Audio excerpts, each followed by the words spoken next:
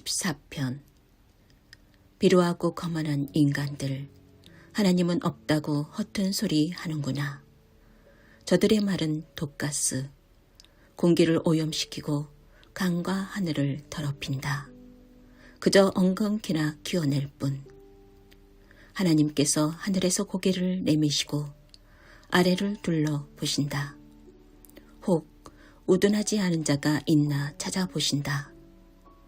누구 하나 하나님을 바라는 사람, 하나님을 위해 준비된 사람이 있나 하고.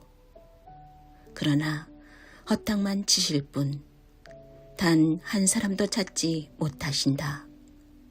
다들 쓸모없는 자, 어중이 떠중이들 뿐. 돌아가며 양의 탈을 쓰고 목자 행세나 하니 열이면 열, 백이면 백, 모두 제멋대로 가는구나. 저 사기꾼들 정말 머리가 빈 것이냐. 패스트푸드 먹어 치우듯 내 백성을 집어삼키고도 너무 바빠서 기도하지 못한다니.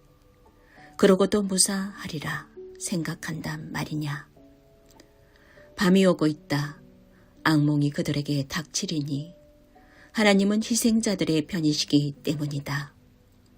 가난한 이들의 꿈에 죄를 뿌릴 수 있을 줄 알았더냐. 아서라, 하나님은 그들의 꿈을 이루어 주시는 분이다. 이스라엘을 구원할 리 누구인가? 그렇다. 하나님이 계신다. 하나님은 우리 삶을 반전시키는 분. 신세가 역전된 야곱이 기뻐 뛰놀고 신세가 역전된 이스라엘이 웃으며 노래하는구나.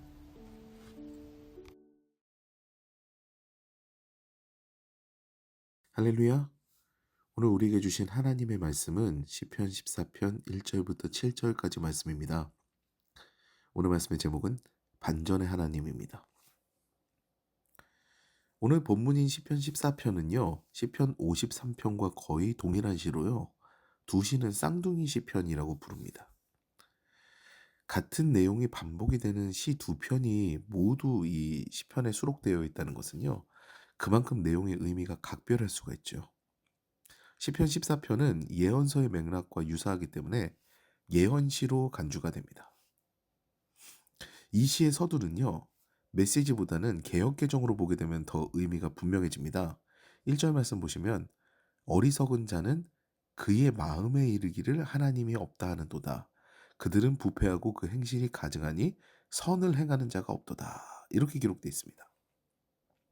이 어리석은 자라고 하는 단어는요. 히브리어로 나발이라고 하는데요.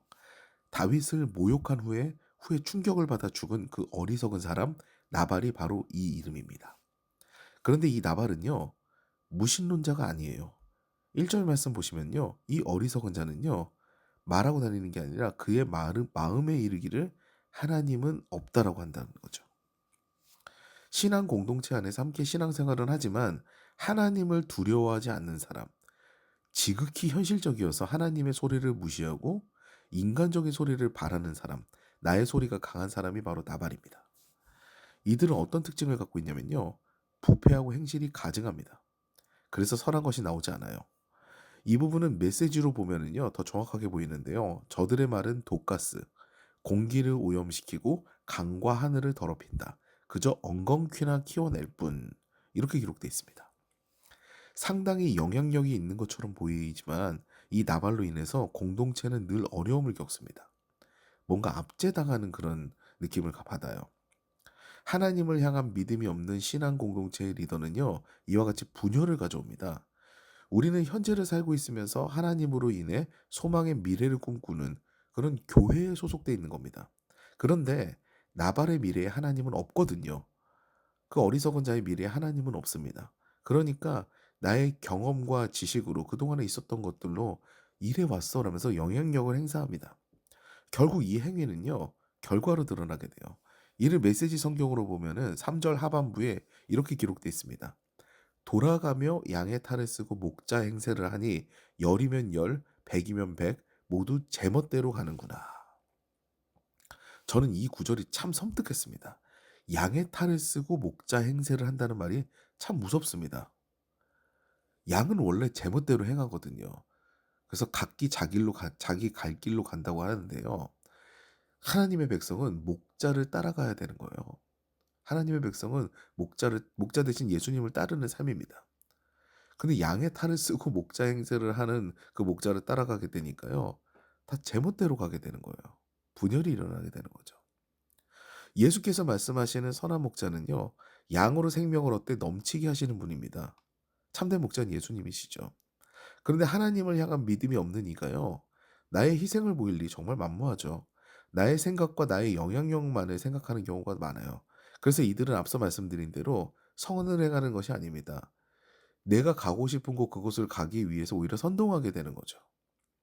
저는 얼마 전에 유튜브에서 참 충격적인 쇼츠 하나를 접했습니다. 어떤 목사님께서 이렇게 설교를 하세요. 사람들이 자기한테 와서 이야기한다는 거예요.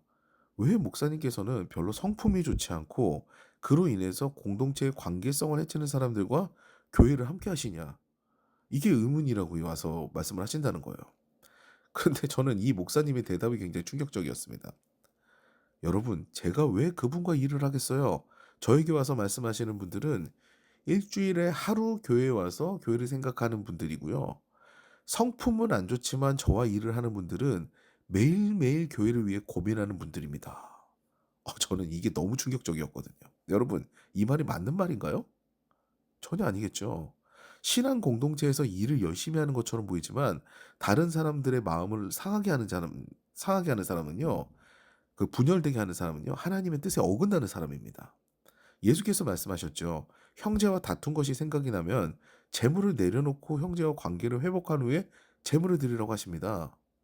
우리는 말씀대로 살아야 되는 거예요. 그게 어리석어 보여도 말씀대로 사는 게 진리인 겁니다. 여러분, 우리가 예배를 왜 드립니까? 하나님을 만나고 하나님의 백성이 되는 법을 배우면서 결국 예수님의 삶, 온유와 겸손을 배워가며 일상에서 하나님의 백성으로의 삶을 살기 위함 아닙니까? 그런데 무늬만 그리스도인인데요. 교회를 열심히 하면서 신앙 공동체에서 연약한 이들을 흔든다? 이것을 두고 성경은 단호하게 이야기하는 겁니다. 어리석다. 나발, 어리석은 자다. 이렇게 단호하게 이야기해요.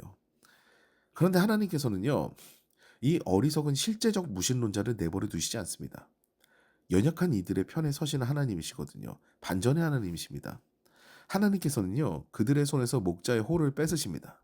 자기 백성을 치리하지 못하게 하시죠. 말씀대로 살지 않고 말씀대로 가르치지 않는 목자는요.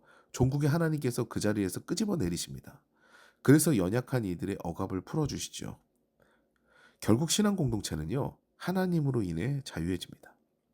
사랑하는 여러분, 하나님께서는요. 현실에 민감한 사람, 합리적으로 보이는 사람, 그리고 그 개념을 신앙 공동체에 주입시키는 사람들을 두고 어리석다라고 표현하십니다. 신앙은요. 하나님을 믿는 믿음에서 시작이 됩니다. 그것은 우리의 생각과 다른 걸 의미해요. 늘 겸허하게 하나님의 뜻과 권위에 순종하는 자가 지혜로운 자이지 언변으로 하나님의 전능하심을 가리는 자가 지혜로운 자가 아닙니다. 우리는 늘 겸허하게 하나님의 뜻을 구하며 오히려 지식이 충만한 자들을 부끄럽게 하시는 하나님으로 인해서 인생의 반전을 경험하게 되죠. 하나님을 아는 지식으로 충만하여서 늘 주님 안에서 가슴 두근두근한 꿈을 꾸시는 저 여러분 되시기를 주님의 이름으로 축원합니다.